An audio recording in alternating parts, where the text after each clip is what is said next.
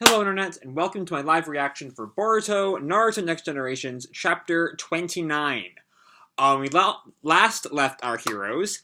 Kawaki was continuing to be, integrated into, Leaf Society, as Naruto took him out on a trip to Ino's flower shop to buy a replacement flower vase for the, vase he broke in Chapter 27.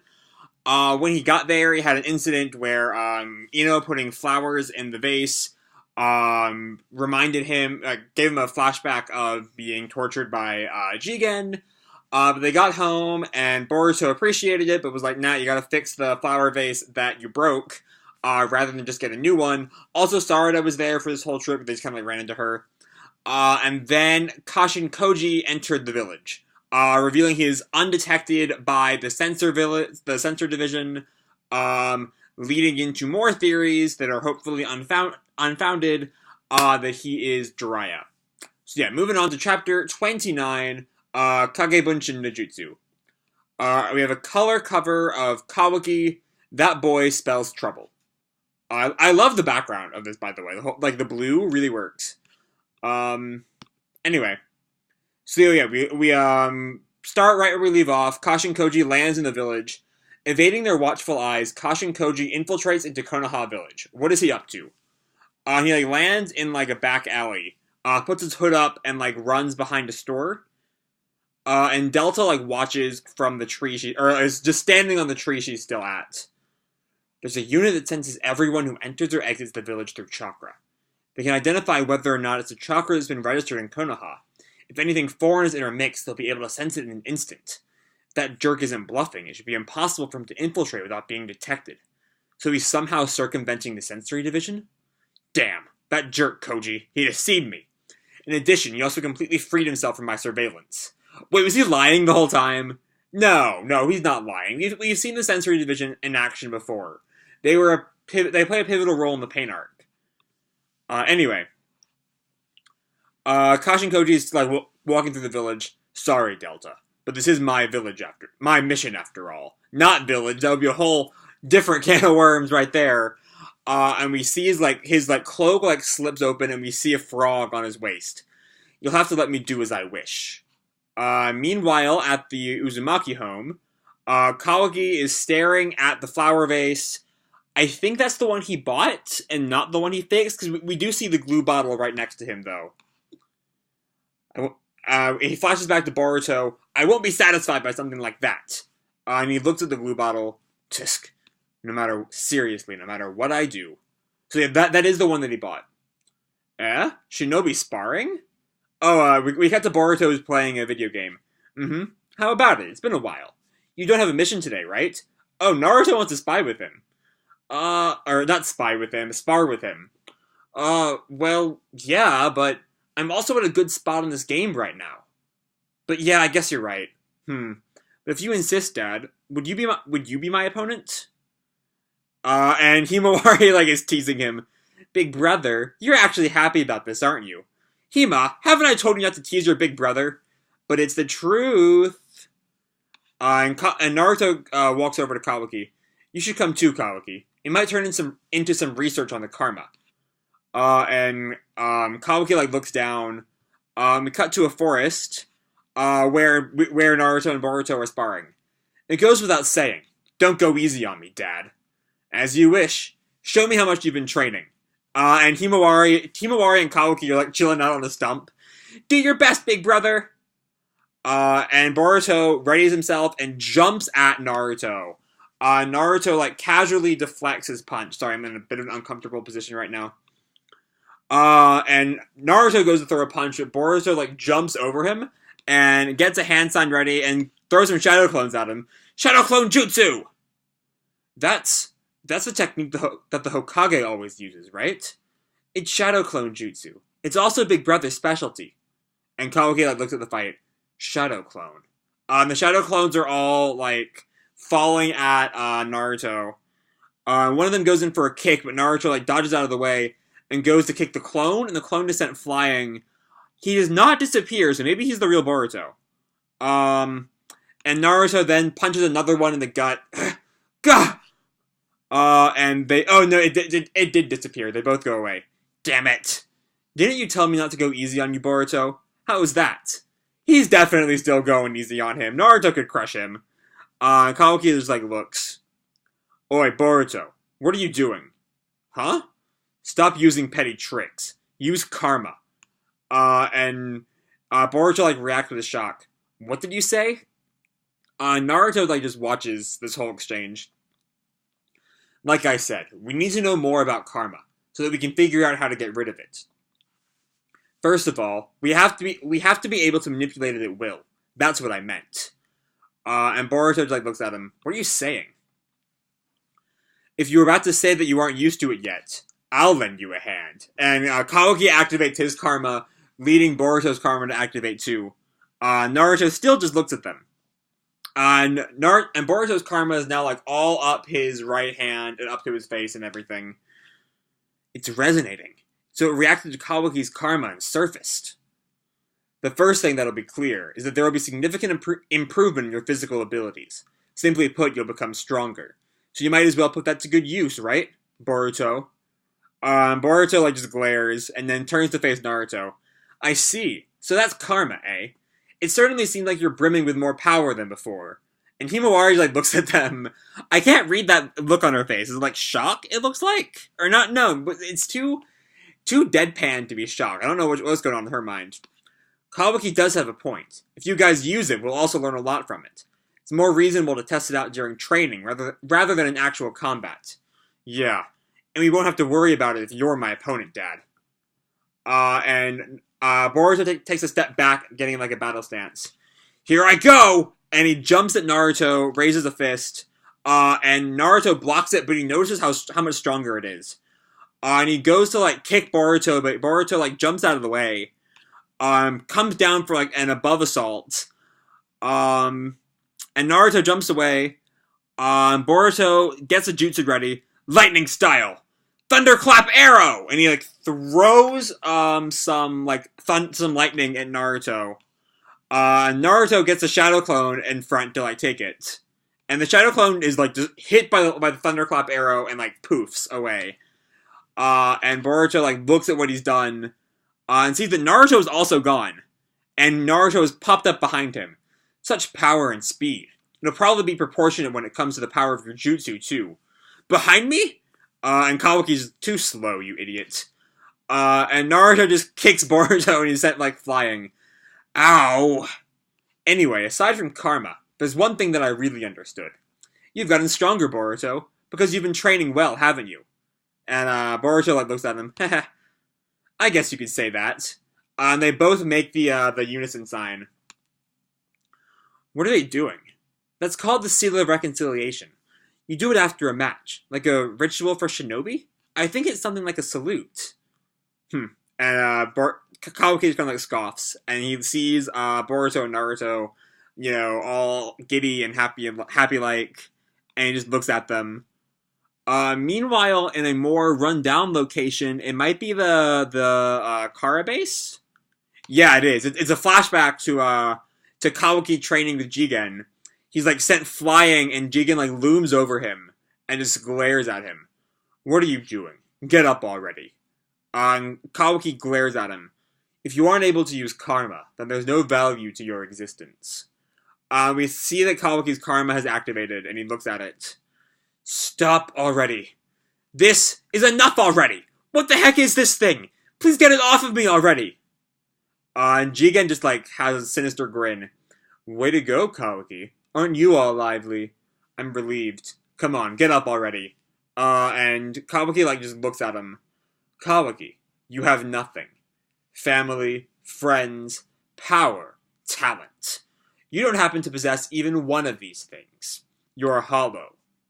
That puts him in a bit of a counterpoint to Boruto, as like brimming with like natural talent we see throughout the series. Alright, that's interesting. And Kawaki like just looks down. And above all else, you yourself despise that emptiness within you. You yourself deny your own worth. There's an empty hole in your heart. It's not something that can be filled, regardless of what you'll obtain, because it'll only come spilling out of that hole. But Kawaki, that's why. That's why I gave you karma. There's only one thing that can fill the empty hole in your heart. A special seal. And Kawaki, glares up at him. If that's the case, why am I suffering so much? And Jigen looks at him with, total disgust. And Kawaki notices, and Jigen, smacks him with the stick. Didn't I tell you? Without karma, someone like you wouldn't be worth anything. If you understand that, then get up already, because it would be troublesome to kill you and find a replacement. And Kawaki, stares at his karma. And we flash back to the present, sometime after that sparring match, as Kawaki is, sitting in his room in the Uzumaki house. Oh, he's sitting in Naruto's bedroom, it looks like. Naruto's, looking over a book at his desk. And Kawaki, stares at Naruto. Is Boruto always like that? Huh? Like how he was during the day. The training seemed like fun. You want to try it next time? Ninjutsu training, I mean. Wouldn't that be useless? I'm not a shinobi. I can't manipulate what you assholes call chakra. We were doing so good, Kawaki. We had gone 35 pages of today's chapter without an asshole, but now here we are. Kawaki's got to come in and needlessly edgelord it up. However, I will say there is something really interesting there. Kawaki can't control chakra. Even Lee has some kind of chakra control and, his ability to, use the 8 gates, but Kawaki has nothing. He doesn't have chakra. His entire power set comes from the karma, so is his arm thing a part of the karma then? I figured that was a jutsu. Anyway. That's not true. Chakra is something that exists inside of everyone. There's no reason for it to be exclusively used and monopolized by ninja. It's true that we, as ninja, use chakra to manipulate ninjutsu, but in reality, that's not what it's actually about. Essentially, chakra is the source to a connective power. A connective power? Naruto looks at him. Between you and I, Boruto and Sarada, Himawari and Hinata too, we are all significantly connected to one another, through chakra. And Kawaki keeps staring at him, though I don't really understand it. What about that clone technique? That one would be good. It seems useful. Shadow clone, eh? That's always been pretty useful. You can do various things simultaneously. But there's another aspect to it. Naruto looks at him in surprise. You'd be able to hit yourself, right? Whenever you're irritated. Oof, okay. Naruto looks very upset with all this. You could have a fight with yourself. You'd always be able to vent things out with that. Naruto just looks at him. Even if you did that, it'll be pointless. It won't improve your mood at all. How can you know that? You wouldn't know unless you gave it a try, right? I did. A long time ago. I'm living proof of it. When did that? I don't remember that at all. When did Naruto fight his own shadow clones? He fought Kurama back on the island, right before the war started. But I don't really remember him fighting his. He fought the dark clone thing at the start of that arc. I remember that now. It's been a long time since that arc. And Kawaki looks at him. Oh, when it comes to fighting, you're better off doing it with an actual opponent. There is value in having a rival. And he looks over at the pictures on the wall, including that classic Team 7 picture with Kakashi, Sasuke, Naruto, and Sakura. With friends, your world will change. Kawaki looks at the picture. That sounds like a complete lie. How do you know that? Well, I'm living proof of it. Good on Naruto not having any of Kawaki's emo bullshit. Because, Naruto has lived all this. Naruto knows what it's like to have no friends and be utterly reviled. And he's grown past it, and Kawaki can too. Meanwhile, Kawaki goes outside, and he picks up the trash bag with the shattered vase from 27. And he picks it up, and he takes the glue out of his pocket. Good grief. And Kashin Koji's toad is sitting on a ledge, watching Kawaki do all this. Kashin Koji is watching all of this. So you were here, Kawaki. I found you. Isn't this a situation for a fight? The assassin, Kashin Koji, approaches the Uzumaki residence. What will happen? The next chapter will be published in Weekly Shonen Jump Joint Issue number 4 through 5, which will be released on December 22nd. Jump Comics, been super popular since the release, yada yada yada, dachibasa. Okay. Yeah. So our next chapter is in around 4 weeks. It'll be right before Christmas. That'll be fun. And yeah. So, I have two minds of this chapter. We didn't get a lot of plot progression. Nothing really happened. Like, so, there was, like, character stuff going on. But as far as the plot's concerned, Kashi and Kochi stalked around the village and found Kawaki. And that's, like, fine for, like, a weekly chapter. But when we're not seeing any more for another 4 weeks, it leaves a good bit to be desired, I feel. But it was still a really, like, good, well-written chapter. You know, I have a lot more I've brought this up a lot throughout, Kawaki's introduction since 23 or whenever it was. Kawaki is a really annoying edgelord, I feel like. And I never really... at times, it felt like the show thought that Kawaki was cool, you know? And that last scene with him and Naruto is really the first time I'm like, oh, the show has no... the show is well aware that Kawaki is a fucking loser, you know? And what happened... And I'm not diminishing, you know, his tragic backstory, or that there isn't a reason he believes these things, but he can believe these things with the show acknowledging that these things are not true. People aren't all assholes, you know, life isn't shit, there are good people, and friends are a good thing. And that last scene with Naruto really tells us that the show knows all this. You know, with friends, your world will change, and we know in the flash forward, Kawaki will not get this message for a long time. We know Kawaki will someday, you know, wipe out the leaf for whatever reason. And it's things like that that I really don't like. It's things like that makes me wonder what this would have been like without the flash forward. Because here we know that Naruto's pleas to Kawaki will fail. Kawaki will, you know, destroy half the village, or however much of the village, wipe out the stone faces, usher in a new era beyond shinobi. We see the first time he really brings up the fact that he's not a shinobi in this chapter. I feel like that'll be an important moment going forward with Kawaki's character. But really, this is the first chapter where I'm really interested in Kawaki as a character. You know, Kawaki, I've said before, has really been the least interesting character in the Boruto manga, besides maybe Garo, who was around for a single chapter. And this is the first time I feel like his development is something interesting. You know, we know, of course, that Naruto won't get through to him. Maybe Boruto will, but I don't know. I'm all for, you know, the show being, oh, friendship wins in the end, that's, you know, good and all. But I feel like if Kawaki finds redemption in the end, it's too much of a rehash of, like, Nagato or of Obito.